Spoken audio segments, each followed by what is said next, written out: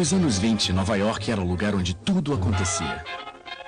Manhattan havia virado a capital do mundo, o lar do glamour e da sofisticação. A cidade que nunca dorme.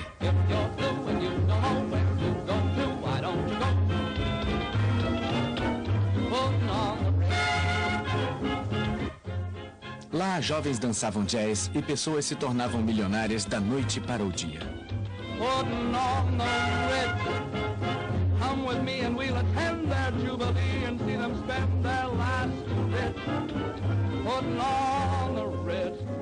Foi a festa mais duradoura dos tempos modernos.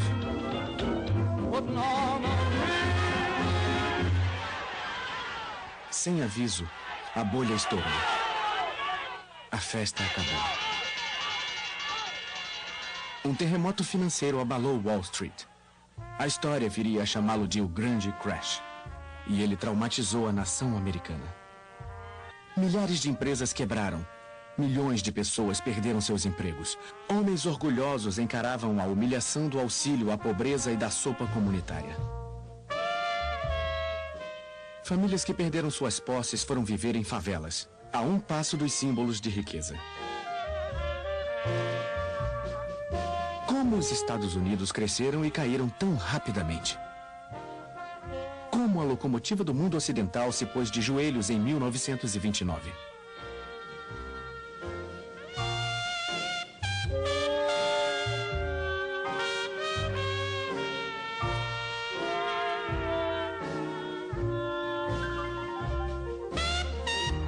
Relembrando 1929, o ano da quebra da Bolsa de Nova York. A ascensão dos Estados Unidos como potência global começou com sua participação na Primeira Guerra Mundial, de onde emergiram como a nação mais próspera da Terra. No início, os americanos não queriam participar da disputa entre impérios rivais europeus. Em uma posição de neutralidade com laços históricos com a Inglaterra e a França, os Estados Unidos lucravam muito vendendo armas, munição e alimentos para os dois países.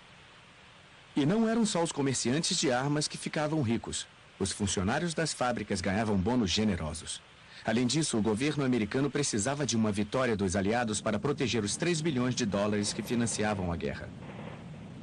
Para o presidente Woodrow Wilson, um democrata que se opunha à guerra, a questão da neutralidade era um dilema. Sua preocupação principal era fazer o que fosse mais honroso. Sua simpatia natural era pelos aliados, mas ele só entraria na guerra se encontrasse argumentos morais para isso. Quando o presidente americano descobriu que a Alemanha planejava em segredo oferecer grandes áreas dos Estados Unidos ao México, caso fosse vitoriosa, ele resolveu agir. Os Estados Unidos entrariam naquela que ele chamou de guerra para acabar com todas as guerras.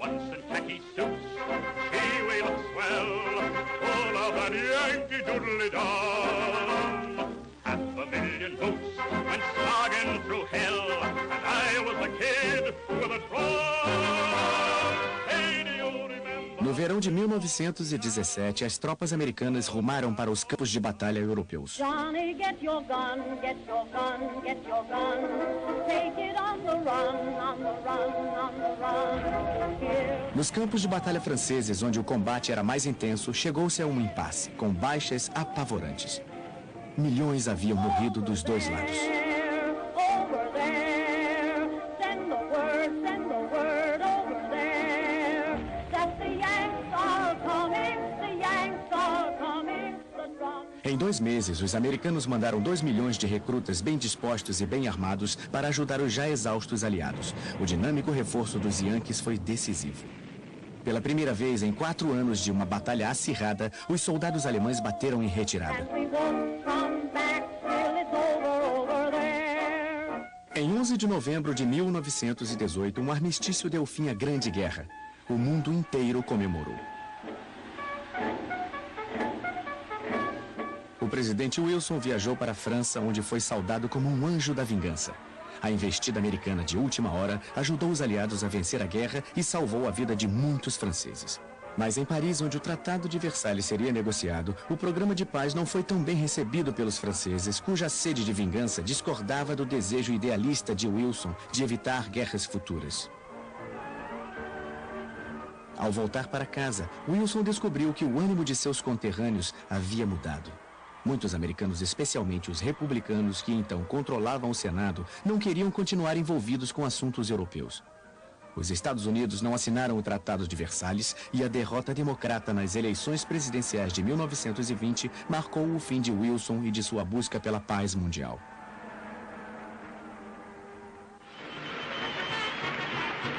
A nova década que prometia tanto começou com uma nobre experiência: a Lei Seca. Fabricar, transportar ou vender bebidas alcoólicas foi proibido no país, mas comprar ou consumir não.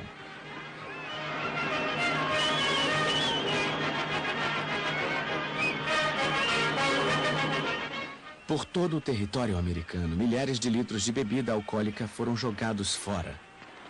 Pela primeira vez na história, uma nação ocidental votou a favor da Lei Seca, uma lei que se mostrou impossível de ser aplicada.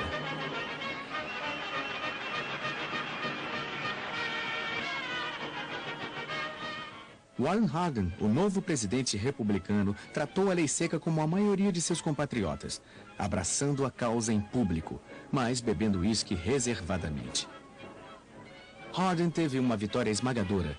Sua política refletia as opiniões do povo americano na época, principalmente seu desejo de reduzir os impostos para pessoas e empresas. Ele foi um presidente popular, mas seu julgamento era tão confiável quanto suas tacadas no golfe. Mas os meses finais de seu mandato foram marcados por rumores de corrupção em seu gabinete. Ele morreu de um ataque cardíaco em agosto de 1923, ainda ocupando a presidência.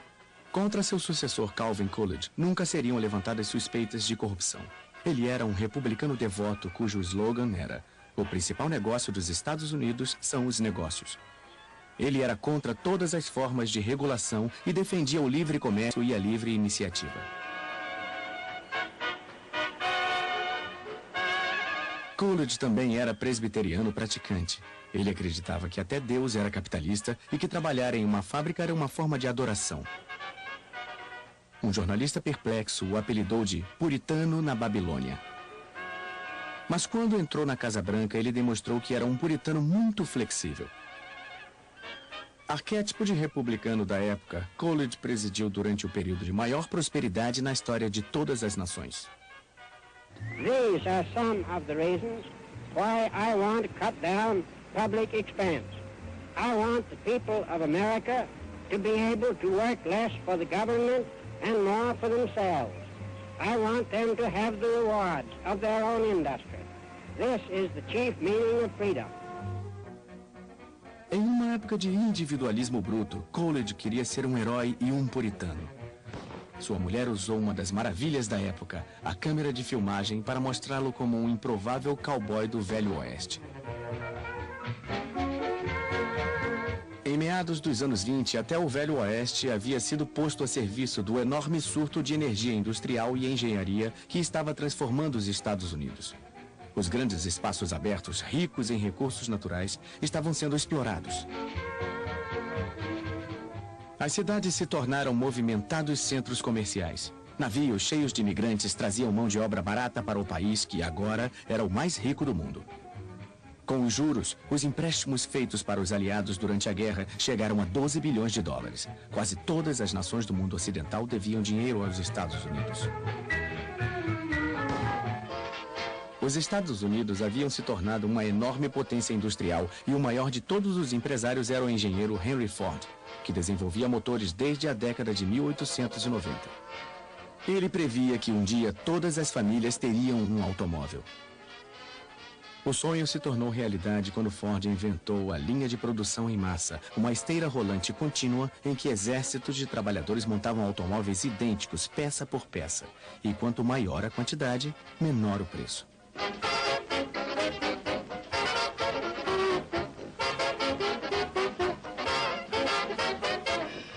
Quando Ford apresentou o sistema pela primeira vez em 1913, um único carro levava 12 horas e meia para ser montado. Ao final dos anos 20, uma unidade do Ford modelo T saía da fábrica a cada 24 segundos.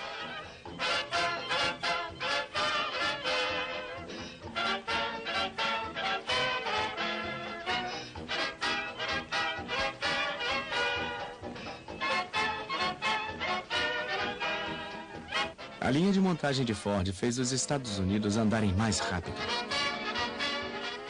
O modelo T, ou Ford Bigode, como foi carinhosamente apelidado, mudou a vida da população e mudou os próprios Estados Unidos. Ele era robusto, charmoso e fácil de dirigir.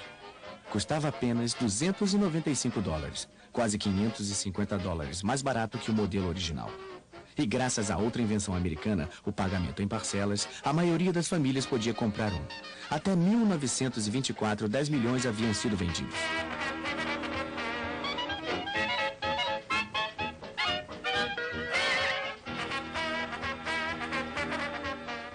A indústria automobilística estava causando um enorme impacto na economia americana. Ela inspirou o mais veloz surto de construção de estradas da história. Em uma década, estradas de terra foram substituídas por rodovias de asfalto, cruzando todos os Estados Unidos.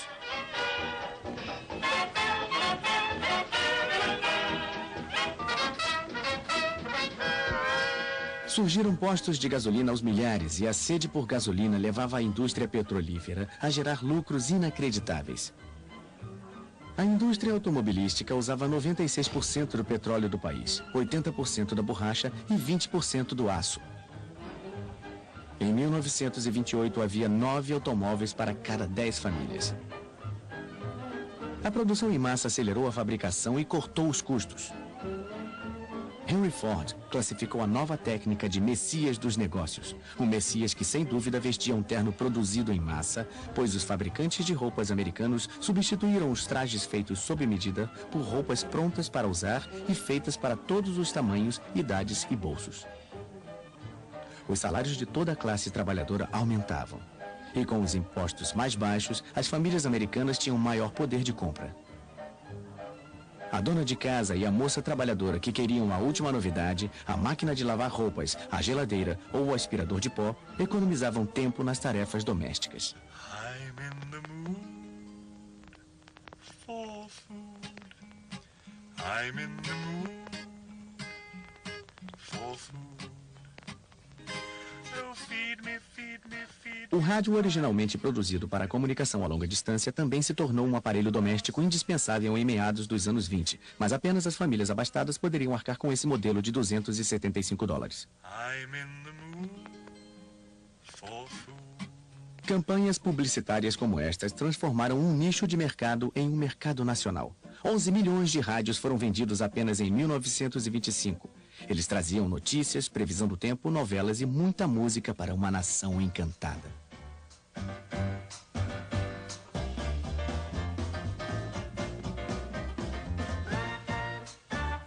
Como o rádio, o gramofone trouxe uma nova possibilidade a milhões de pessoas, levando música portátil e instantânea para uma nova geração de mulheres jovens, liberais e por dentro da moda. Elas formavam a geração que se auto-intitulava melindrosa. Elas ditaram a moda e o estilo de toda uma década.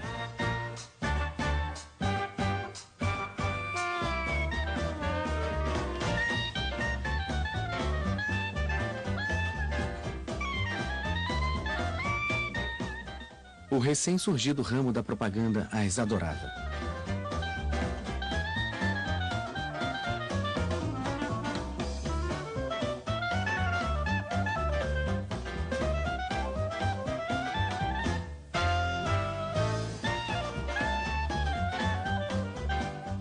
As melindrosas amavam um novo estilo musical chamado jazz, que os mais conservadores chamavam de decadente. Elas usavam saias escandalosamente curtas e chapéus ousados. Elas conheciam as danças mais modernas como Charleston. E acreditavam que podiam se comportar como quisessem, inclusive cortando os longos cabelos bem curtos com meninos.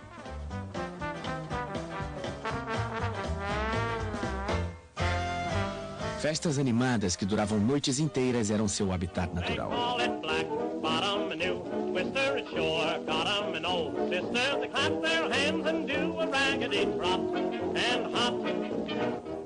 Os comentaristas chamavam as melindrosas e seus namorados de geração perdida, porque eles rejeitavam a moral tradicional americana.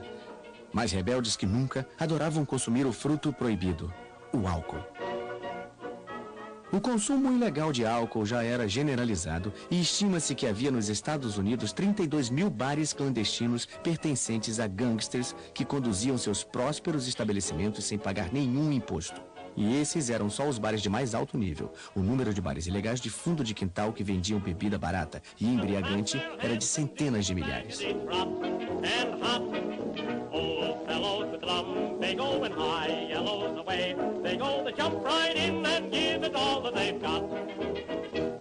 O homem que mais lucrava com a sede do país. Aí está ele vendo seu cavalo correr. Era Al Capone, o maior gangster de Chicago. Ele abastecia seus bares clandestinos com um enorme estoque de bebidas ilegais, a maior parte vindo de Cuba e do Canadá. A guarda costeira de vez em quando apreendia navios com cargas ilegais, mas emboscadas filmadas como esta raramente passavam de propaganda do governo. A guerra contra a bebida já estava perdida, embora ninguém estivesse pronto para admitir. Muito menos os cidadãos religiosos do meio oeste americano, cujo representante preferido era um pastor apocalíptico chamado Billy Sunday, que odiava álcool, mas adorava dinheiro. According to our standard of gold and silver, Abraham was worth $1.5 billion. David was worth $3 billion. Solomon was worth $5 billion. Solomon could have hired Andrew Carnegie for a butler, J. Pierpont Morgan to cut his lawn, and Andrew Mellon for a chauffeur, and John D. to black his boots. America needs a tidal wave of the old-time religion. And I want to take a pledge in this audience to join me in a pledge that you will never rest until this old God-hating, Christ-hating, whiskey-soaked, Sabbath-breaking, blaspheming, infidel, bootlegging old world is bound to the cross of Jesus Christ by the golden chains of love. A corrente dourada de amor não podia ser encontrada nos estados do sul dos Estados Unidos. Lá, todas as classes, e negros e brancos, ficaram de fora da prosperidade do norte. Os preços das colheitas caíram, e aqueles que temiam perder tudo procuravam alguém para culpar. Seus olhos encapuzados caíram sobre os judeus, os estrangeiros e principalmente os americanos negros. Numa época em que os Estados Unidos eram admirados em todo o mundo pela vitalidade de sua liberdade e pelo modo como recebiam os pobres e famintos da Europa, havia um exército sinistro de racistas radicais que se auto-intitulavam Ku Klux Klan, marchando pela capital do país sem que ninguém se pronunciasse contra eles.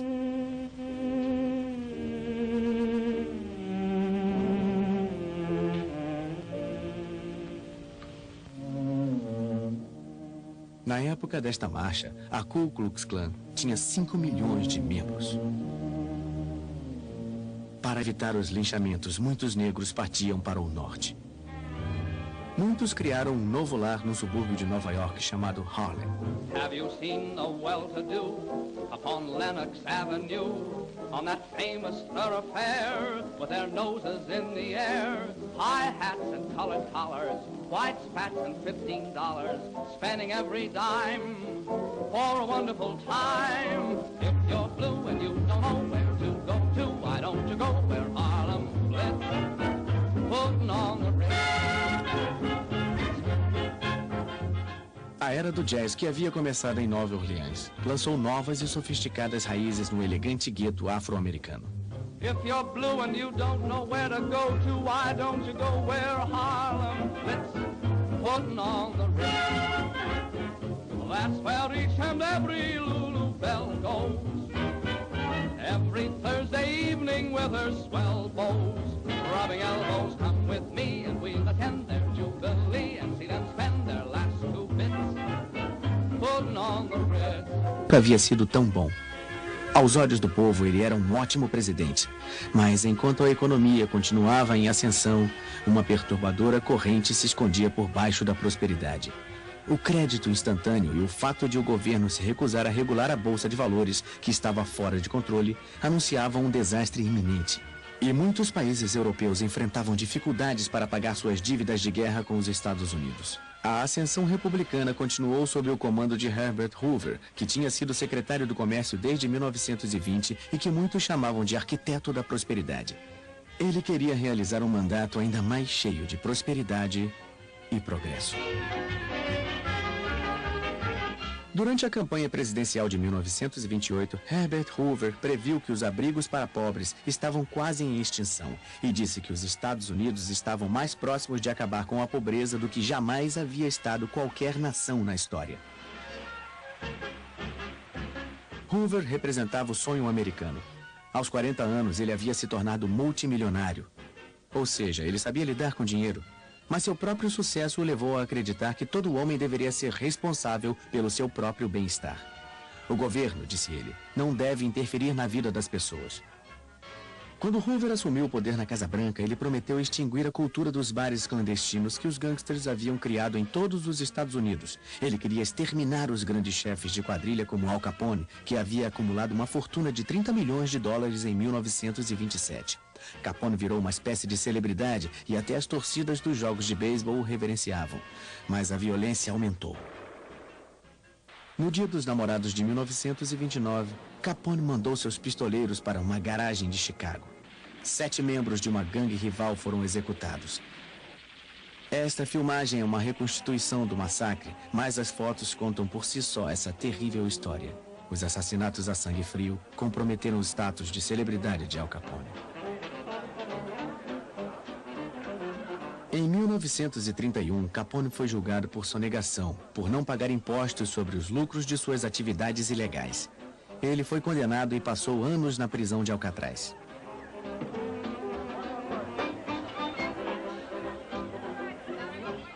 No último ano dessa década egocêntrica, quase todo mundo parecia estar buscando os holofotes da fama. E se você fosse uma garota bonita, sempre haveria uma chance de conquistar o estrelato como rainha da beleza.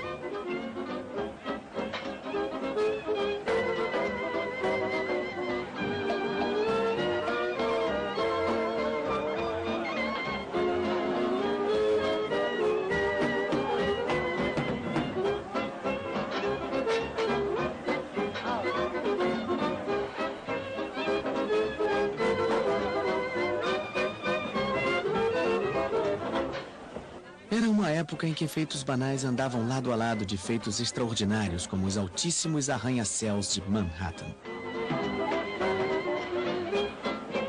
A mais de 300 metros acima das avenidas de Nova York, operários destemidos construíam os últimos andares de uma das maravilhas do design da época, o edifício Chrysler, que foi durante um período o edifício mais alto do mundo.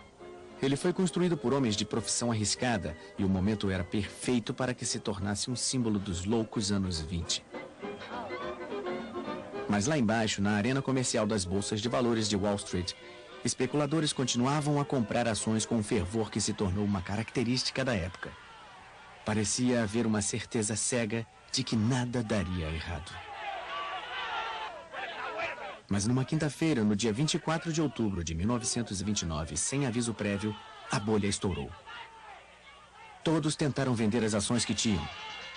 O pânico se alastrou e os preços caíram muito enquanto mais e mais investidores tentavam vender seus títulos.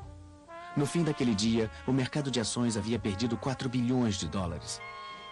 E no fim de semana, a situação piorou. O povo andava desnorteado pelas ruas tentando entender as notícias. Muitos corretores que venderam suas ações na margem haviam feito empréstimos nos bancos.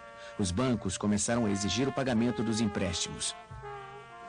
Para pagar os bancos, os corretores cobraram as dívidas de seus clientes. E a única forma de os clientes conseguirem pagar aos corretores era vendendo suas ações a qualquer preço. Corretores e investidores tomados pelo pânico venderam mais de 16 milhões de ações em um dia, que ficou conhecido como a Terça-feira Negra. A queda das ações gerou um prejuízo de $14 bilhões. Houve raiva pelo modo como os negociantes jogavam com o dinheiro que não era deles. Trabalhadores comuns viram seus investimentos virarem pó. Nem os ricos e famosos foram poupados. Jack Dempsey, o campeão peso pesado aposentado, perdeu grande parte do que lutou para conseguir, $3 milhões. Como consequência imediata da quebra da bolsa, aqueles que tinham economias depositadas em bancos correram para sacar seu dinheiro com medo de que ele se perdesse. Diante da corrida pelo dinheiro em espécie, incapazes de recuperar os empréstimos de especuladores falidos, os bancos foram forçados a fechar as portas e declarar falência. Muitos perderam as reservas de toda uma vida e não tinham outra fonte de recursos para enfrentar a crise. Sem conseguir os empréstimos bancários necessários para fugir da tormenta, as empresas foram forçadas a fechar e milhares de trabalhadores ficaram desempregados. Pais que perderam suas casas tinham um semblante torturado de homens que sentiam ter fracassado com suas famílias. They used to tell me I was building a dream with peace and glory ahead. Why should I be standing in line, just waiting for bread?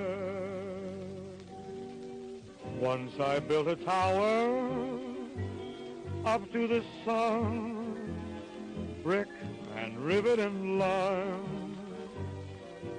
Once I built a tower, now it's done. Brother, can you spare a dime?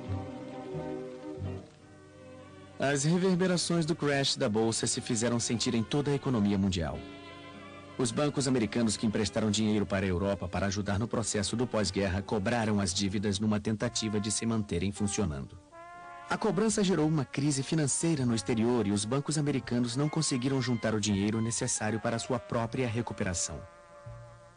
Como a miséria só aumentava, o presidente Hoover conclamou o homem mais rico dos Estados Unidos, John Rockefeller, o magnata do petróleo, na esperança de que suas palavras levantassem a autoconfiança abalada do país. These are days when many are discouraged.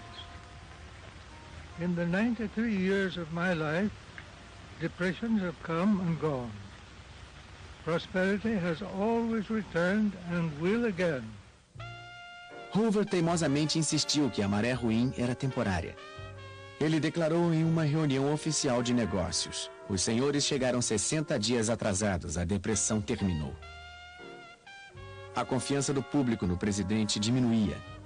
Ele então convocou um importante economista, o professor Babette, para aparecer com ele em um cinejornal. Mas não foi muito convincente. The country is very fortunate in having at the head of the nation at this time a mastermind such as President Herbert Hoover. Como a depressão se agravava, muitos cidadãos passaram a odiar Herbert Hoover. Aquele que havia sido símbolo da prosperidade se tornou o bode expiatório do declínio econômico. Sua declaração de que ninguém estava passando fome e de que os desabrigados nunca haviam comido tão bem soaram cruéis e insensíveis. Sua aparente disposição em salvar empresas e bancos e deixar que os indivíduos se defendessem sozinhos parecia confirmar sua indiferença. Novos termos entraram para o vocabulário do povo: Hoover Stew, para a sopa servida aos pobres, e Hoovervilles, para as favelas onde as pessoas se abrigavam em barracos improvisados.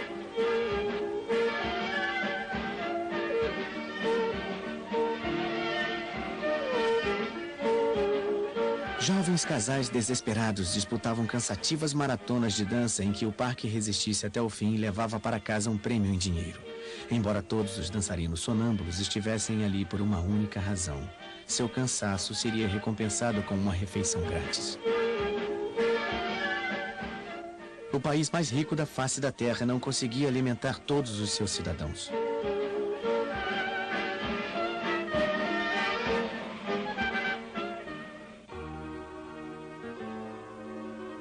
Apesar de tudo, algumas donas de casa em melhor situação se uniram para ajudar quem passava fome. Elas compravam uma certa quantidade de mantimentos e doavam para as famílias necessitadas uma porção que era distribuída por equipes de voluntários. Share a Meal, como era chamado o movimento, era um sistema arbitrário que não tinha o apoio do governo. O presidente achava que não precisava de ajuda e estava certo de que a recuperação ocorreria em breve. Para dizer isso, ele convocou o economista Roger Babson. Everything indicates that general business has turned the corner. I go further and say that 1931 should offer the greatest opportunities of any year for a generation. A previsão estava terrivelmente enganada. O clima era um mau sinal de que tempos piores estavam por vir.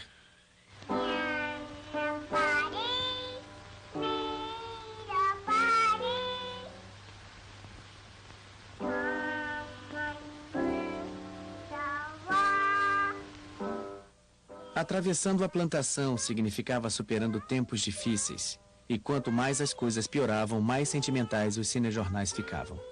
Era uma tentativa planejada de levantar os ânimos e funcionou muito bem. A linda menininha seria seguida por belas coristas escalando as plataformas de petróleo que enriqueceram os Estados Unidos. A cultura popular teve um papel importante ao ajudar os Estados Unidos a superarem o trauma da depressão.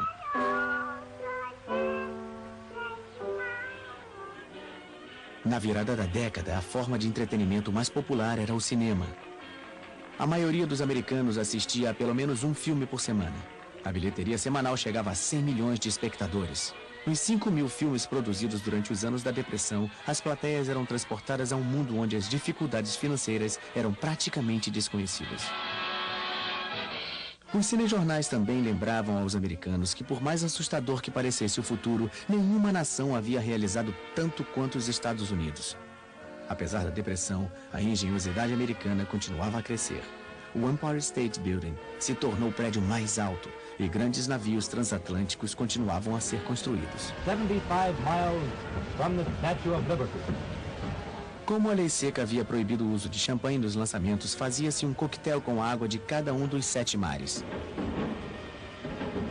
To the right here we have the First Lady of the land, all ready to splash the bottle containing the waters of the 7 seas and the 2 canals against the prow of the President Hoover. The bottle are still hanging there in midair on the silk cord, the red, white and blue colors. Havia uma triste ironia em batizar o navio de Presidente Hoover, pois no momento de seu lançamento, a presidência de Hoover estava afundando, juntamente com a reputação de distintos economistas, cujos pronunciamentos rebuscados foram parodiados pelo humorista Robert Benchley. The depression is over. Better business conditions are just around the corner. When I say just around the corner, I mean just around the corner. If you will look at this chart which I have here, you will see more what I mean. Our trade balance was 3.9.6.4, which naturally led to speculation in shorts. Under such circumstances, it is little wonder that people did not know whether they were coming or going. Very often they were doing both. As verdadeiras estatísticas contam sua história. Do auge da prosperidade em 1929 às profundezas da depressão em 1932, 9.000 bancos quebraram ou fecharam as portas. 100.000 empresas faliram. O produto interno bruto foi reduzido de 80 bilhões de dólares em 1929 à metade, 40 bilhões em 1932. O desemprego aumentou de 3,2% para 25%. Pelo menos 1 em cada 4 trabalhadores não tinha emprego. A violência cresceu nas cidades americanas. Grupos de cidadãos desempregados atacaram autoridades locais por falta de assistência do governo. A população fez manifestações contra o pagamento de aluguéis e passeatas contra a fome, mas foram os veteranos de guerra que protagonizaram o protesto mais violento da época. No verão de 1932, o Exército da Bonificação, um grupo desorganizado, formado por 15.000 desempregados veteranos da Primeira Guerra Mundial, foi para Washington reivindicar que suas bonificações, que seriam pagas em 1945, segundo o acordo original, fossem pagas imediatamente. Nós fomos heróis em 1917, mas agora somos vagabundos, disse amargamente um veterano. Quando a passeata voltou para o acampamento, o presidente Hoover convocou as tropas de choque lideradas pelo general Douglas MacArthur e pelo major Dwight Eisenhower para evacuar a área. O conflito que se iniciou deixou centenas de manifestantes feridos. As imagens dos cinejornais registraram um espetáculo perturbador do exército dos Estados Unidos disparando contra cidadãos americanos. Os veteranos voltaram mais tarde tomando as escadas do Capitólio enquanto cantavam "Vamos mostrar a eles que somos americanos". A popularidade de Hoover despencou ainda mais. No final de 1932, o eleitorado finalmente perdeu a confiança nele e elegeu com grande vantagem Franklin Delano Roosevelt. Chegavam ao fim 13 anos de domínio republicano. No dia 4 de março de 1933, Franklin Delano Roosevelt foi empossado presidente dos Estados Unidos. Roosevelt convenceu a população de que a depressão poderia ser vencida e deu ao público de todo o país um slogan memorável.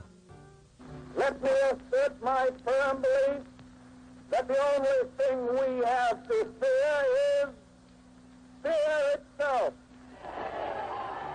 There must be a strict supervision of all banking and credits and investments. There must be an end to speculation with other people's money.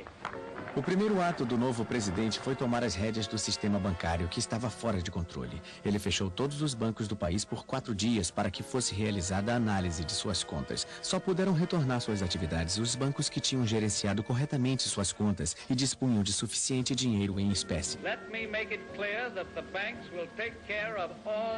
No dia 12 de março, em sua primeira conversa ao pé da lareira, Roosevelt falou diretamente ao povo americano e lhe assegurou de que os bancos estavam seguros e não havia mais motivo para os cidadãos sacarem suas economias. Quando os bancos reabriram na semana seguinte, foi depositado mais dinheiro do que havia sido sacado anteriormente. A crise bancária havia terminado.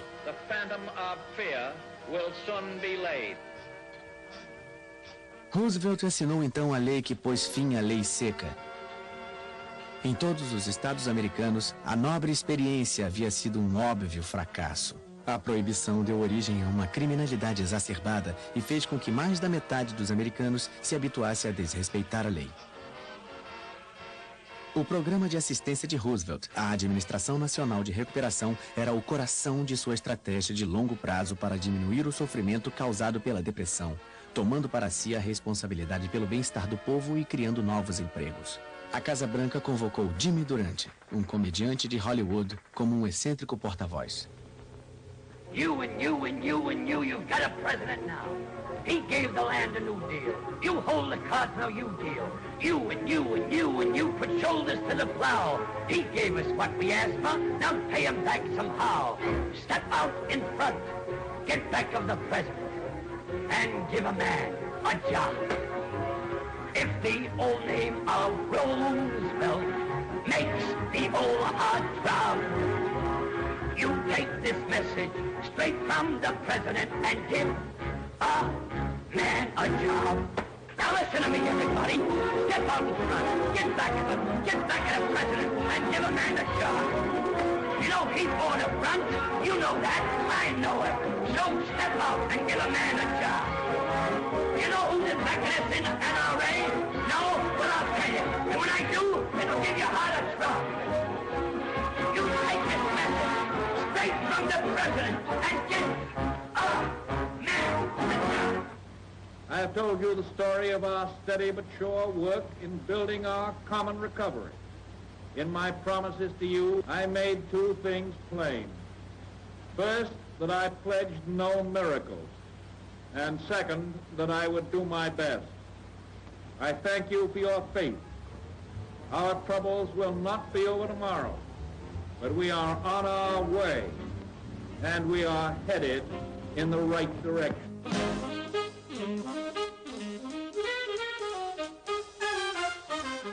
Franklin Roosevelt não encontrou uma solução imediata para a Grande Depressão, mas com a força de sua personalidade, ele trouxe esperança e estabilidade para os angustiados Estados Unidos.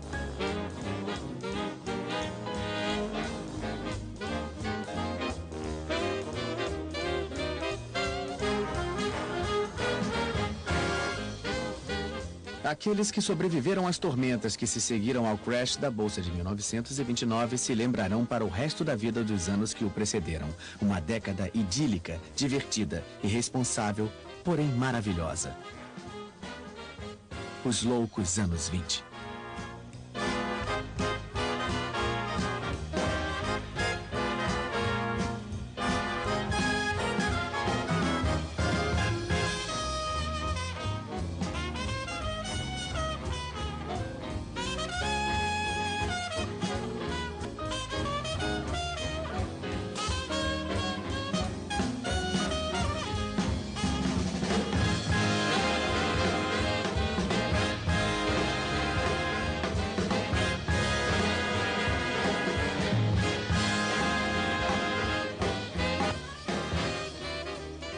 Versão brasileira, Bravo Studios.